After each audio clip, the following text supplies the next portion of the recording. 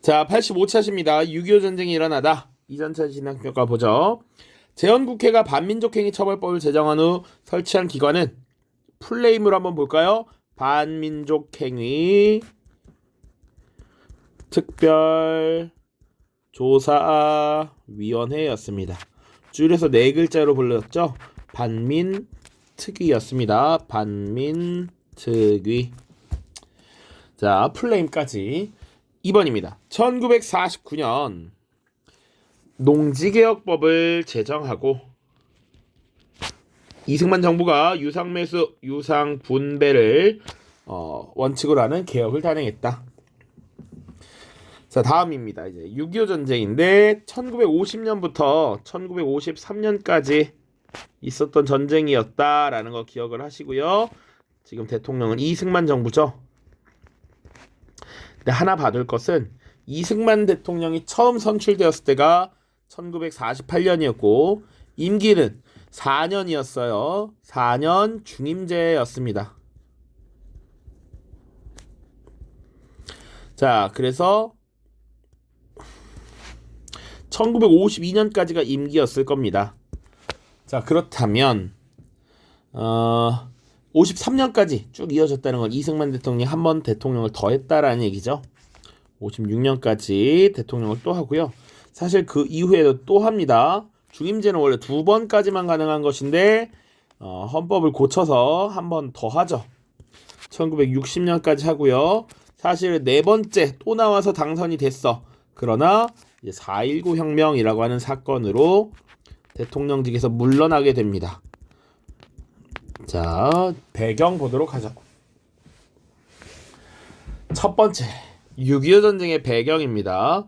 국내, 국외 정세를 당시 상황을 살펴보는 겁니다. 38도선에서는 원래 남한과 북한 사이에 잦은 무력 충돌이 발생하고 있었어요. 분단이 된 이후에 민족간 대립이 있었다라는 것이고 남한 사회에 혼란이 있었습니다. 지리산 유격대의 토벌이 있었고요.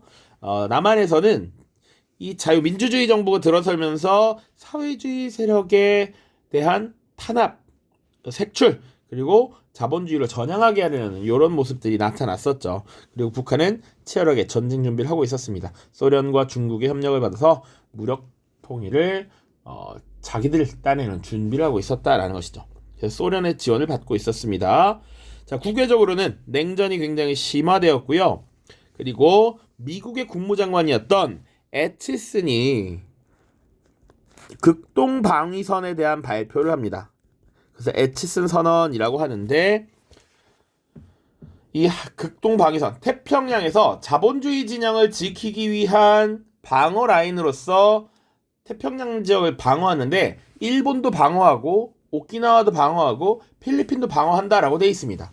그런데 이 애치슨 라인에 한반도와 타이완이 빠져 있었어. 그것이 또 하나의 요인으로서 작용했다라는 거죠. 자, 그래서 1950년 6월 25일 결국 북한은 남한을 침범하게 됩니다. 그래서 남한을 침략했다 해서 남침이라고 표현해요. 북한의 남침 1950년 6월 25일이고요. 3일 만에 서울을 뺏겼습니다. 그래서 당시 대통령과 국회 이런 정부 주요 인사나 관청들은 다 지방으로 이제 내려오게 되죠. 대전, 대구, 부산을 내려오게 됩니다. 자, 빠르게 국군이 패퇴했고요. 사실은 낙동강 유역까지 후퇴하면서 이 낙동강 전선을 지키는 그것도 굉장히 힘겹게 이제 진행을 하게 됩니다. 그러다가 이 북한군의 침략을 불법 침략으로 규정했던 유엔이 참전하게 되고요. 유엔군이 이 북한군의 압박을 풀어내기 위한 하나의 전략으로서 인천 상륙작전을 벌이게 됩니다. 당시 유엔군을 지휘했던 유엔군 사령관이 더글라스 메가더라는 인물이고 인천 상륙작전을 성공시켜서 전세를 다시 이제 뒤집게 되는 것이죠. 자, 인천 상륙작전이 9월 15일경에 진행이 되었고 그 이후에 서울이 9월 28일에 수복이 됩니다. 그리고 나서 압록강 유역까지 진출해요. 이게 10월인데 여러분들 국군의 날이라고 하는 게 10월 1일입니다. 왜 10월 1일이냐? 서울을 빼앗고 다시 38도선 이북으로 우리가 이제 공세를 펼치게 된 거. 그날이 10월 1일이었어. 그래서 이날을 대한민국 국군의 날이라고 규정을 했던 것입니다. 자, 아무튼 압록강 유역까지 진출하면서 우리가 이제 곧 승리를 눈앞에 두고 있고 통일을 눈앞에 두고 있다라고 생각을 했어. 그런데 그렇게 쉽게 뭔가 잘 흘러가지 않았죠. 중국군이 참전하게 되면서 다시 전쟁의 양상이 바뀌게 됩니다. 다시 이 국군과 유엔군은 밀려나기 시작했고요. 대표적인 후퇴작전으로서 일사후퇴라는 게 있습니다. 그리고 흥남부두 철수작전 이런 것들이 있어요. 그리고 나서 서울을 다시 뺏겼다가 다시 되찾았다가 38도선을 기준으로 계속 치열하게 밀고 밀리는 전쟁이 지속된다. 자, 그래서 38도선 부근에서 공방전이 지속되었고 결국 이 전쟁으로 인해서 막대한 피해가 발생하자 유엔군과 공산군 사이에 정전 협상에 돌입을 했고요. 2년간 협상이 지속되었고 결국 정전 협정이 체결되었습니다. 자, 조이는 도장을 찍었다라는 얘기야. 이것이 곧 정전 협정의 체결을 의미합니다. 1953년 7월 27일이야. 그런데 협상이 왜 이렇게 오래 걸렸느냐? 두 가지야. 군사분계선의 설정과 포로 송환선의 문제. 자, 군사분계선을 어떻게 나눌 것인가. 그리고 사실 이 포로 송환 문제도 꽤나 시끄러운 이야기였습니다. 우리 국군과 유엔군이 공산군을 포로로 잡은 경우도 있을 것이고요. 저 공산군이 우리를 포로로 잡은 것도 있을 거야. 자, 그것에 대해서 본인이 원하는 이념과 체제에 찾아가는 자유송환을 주장하는 세력이 있었고, 아니야, 서로 그냥 원래 있던 대로 자동송환을 하자라는 세력이 있었어요. 보통 이 자유송환과 자동송환 대립이 있는데, 자유송환은 국군과 단순히 우리 남한과 유엔 측이 주장을 했고요. 자동송환은 북한이 주장을 했습니다.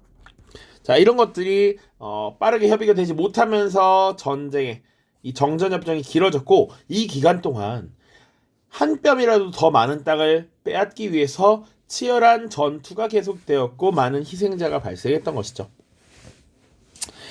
자, 그러면 전쟁이 끝난 이후 영향은 어떻게 됐느냐? 당연히 인적 물적 피해가 많았고요. 군인, 민간인, 이산가족, 전쟁고의 발생, 사회 간접 시설의 파괴, 식량과 생필품의 부족, 너무 당연한 얘기니까 패스. 그리고 남한과 북한이 치열하게 대립을 하면서 남북 간의 적대감, 이런 것들이 당연히 확대 심화됐을 것이고요. 한반도에 대한 주변의 영향력이 강화되었죠. 자, 남한에서는 어떤 결과가 있었느냐? 미국과의 동맹이 강화됩니다. 바로 한미 상호방위조약이라는 것을 체결합니다. 자, 이것은 이승만 대통령이 휴전을 굉장히 반대했습니다. 끝까지 싸워서 밀어내자라고 생각을 했었고, 이 한미 상호방위조약, 미국이 우리를 지켜준다라는 약속을 하지 않으면 휴전은 없다라고 강력하게 요구한 결과이기도 합니다. 자, 그래서 미국이 우리를 지켜주겠다라고 하는 이 조약을 체결한 이후 휴전이 성립이 된 것입니다. 자, 그리고 북한도 중국의 지원을 받으면서 중국의 영향력이 굉장히 강화되었죠.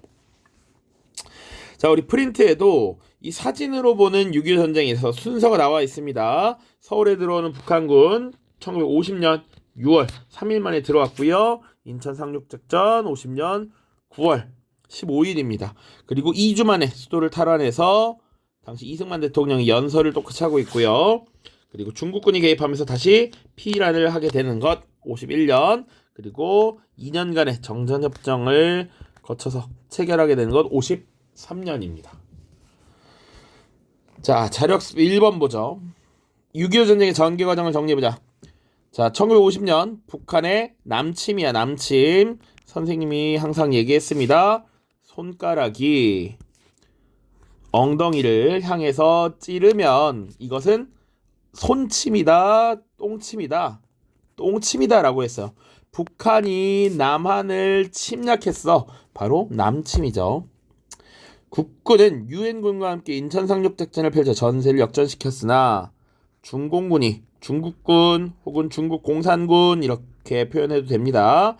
참전하여 치열한 공방전이 전개되었다. 그리고 51년부터 정전 협상을 벌였고 53년에 정전협정이 체결되었죠. 자료학습 2번입니다. 다음 자료를 보고 6.25 전쟁의 결과를 정리해보자.